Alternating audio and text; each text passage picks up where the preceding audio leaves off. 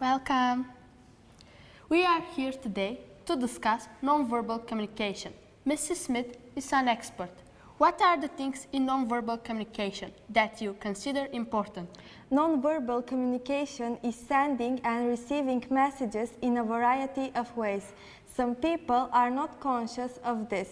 It includes, for example, touch, eye contact, proximity, gestures, facial expression. Did you know that a minute ago you made your first mistake? Really? What did I do wrong? You touched my shoulder. Was it a problem? Touch is culturally determined. Basic message of touch is to affect or control. Some cultures do not approve of any touching between genders. Other cultures may shake or touch hands more willingly than others. I assume that it's a good rule to be conservative with the way you touch people from other cultures when communicating with them. And if they appear to use more physical contact, I should follow suit. That's right, but there are some other rules concerning gestures.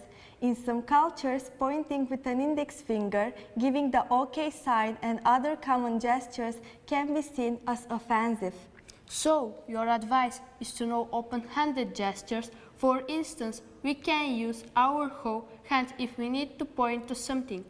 Yes, of course. Another very important thing is the posture. My advice is to keep your feet on the floor, sit up straight, and to not use your arms too expressively. This is because the certain postures can be seen as offensive to others. For example, showing your foot in some cultures is seen as a rude gesture. I've been told that there are cultures that avoid eye contact.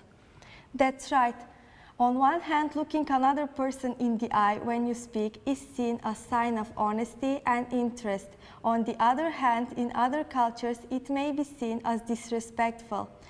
Some cultures think that not looking a superior person in the eye when communicating is a sign of respect. To conclude with, we should follow suit if we are comfortable doing so. Thank you very much for your advices.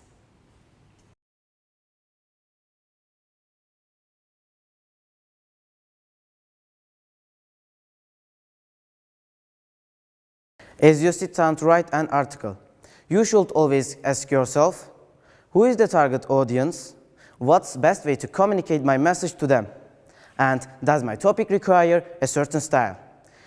Answering these questions will help you to write your articles. More specifically, do you need to write more formal or informal? Which style to use? Well, in this video, we will put the information in your hands. You can choose the correct writing style for your article. So, what's the difference between formal and informal writing styles? I tend to be complex and thorough. I'm simple, more conversational. I take on more serious topics in a very direct way. Well, I use a larger range of emotions and show more personality. Wait, I can how this is going to end. Let's explain this is one at a time. Formal writing, you're first. Step up to the microphone. Thank you. Like I said before, I'm complex and thorough.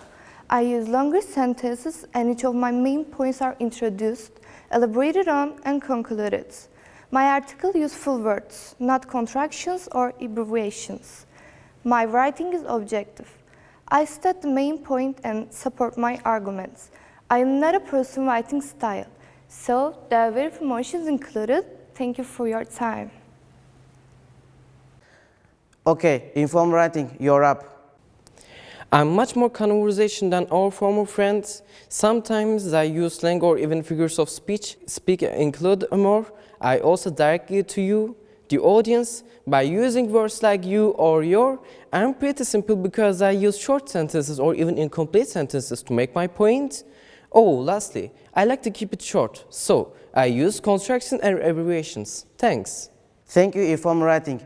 As you can see, each style has their own merits, but their usage depends on the tone you choose.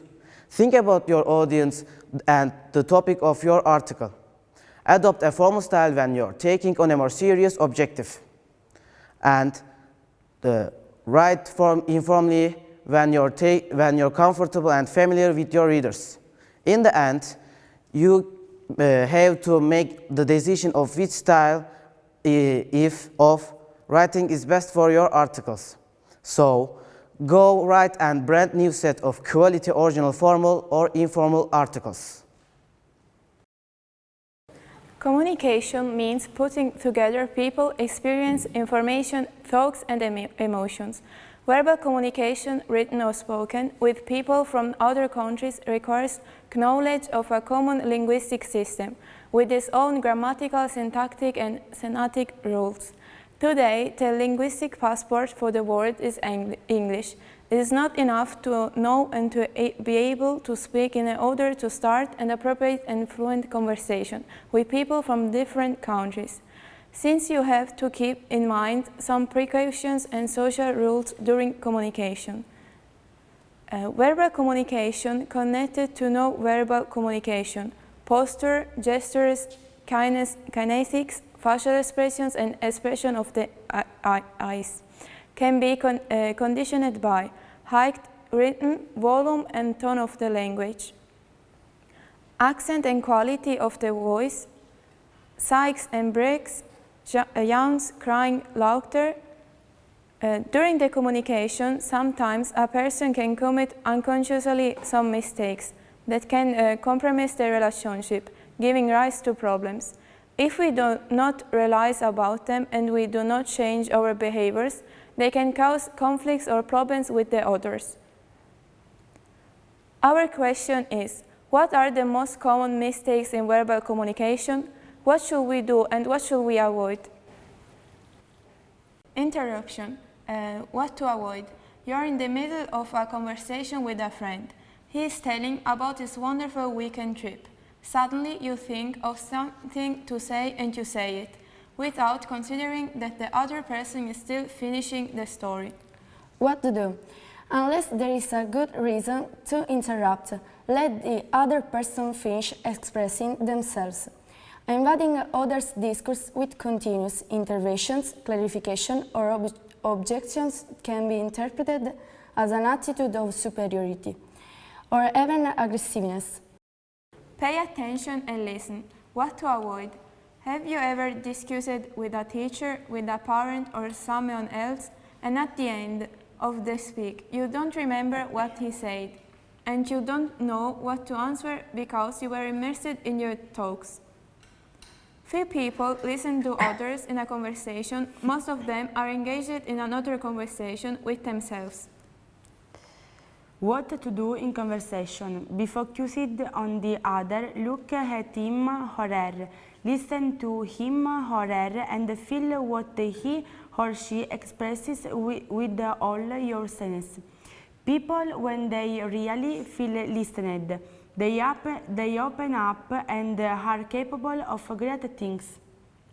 Shout. What to avoid? How often have you talked and shouted to your interlocutor to try to get an opinion passed? How often have you achieved the desired result? Screaming does not mean being listened to. Screaming will make you look like a person out of control who does not know how to manage his or her emotions. What to do? Before becoming a river in flood, go out, take 2 steps, return to breath more slowly, and then try to say what is important to you with a calmer and more assertive tone of voice. What to avoid? There are people who talk a lot. They always say the same thing. You know, I was in that hotel, but I didn't like it at all. Yes, I have been there anyway, and I didn't like it. It is one of the ugliest hotels. Repeating a lot may become boring and irritating for the person who is listening to. What to do? Was it too much talkative, loses effectiveness? Express a concept and move on. You before I. What to avoid? How often have you heard, "Don't you listen to me"? This will probably cause that the other person feels under accusation. What to do? Just rephrase the sentence to be immediately more empathetic and welcoming. I don't feel you are not listening to me. This expresses a personal feeling on which the other cannot object. Rather, it probably leads him to ask some questions about his or her behaviors. And always remember, They tend to judge the others in the greatest barrier to communication and understanding.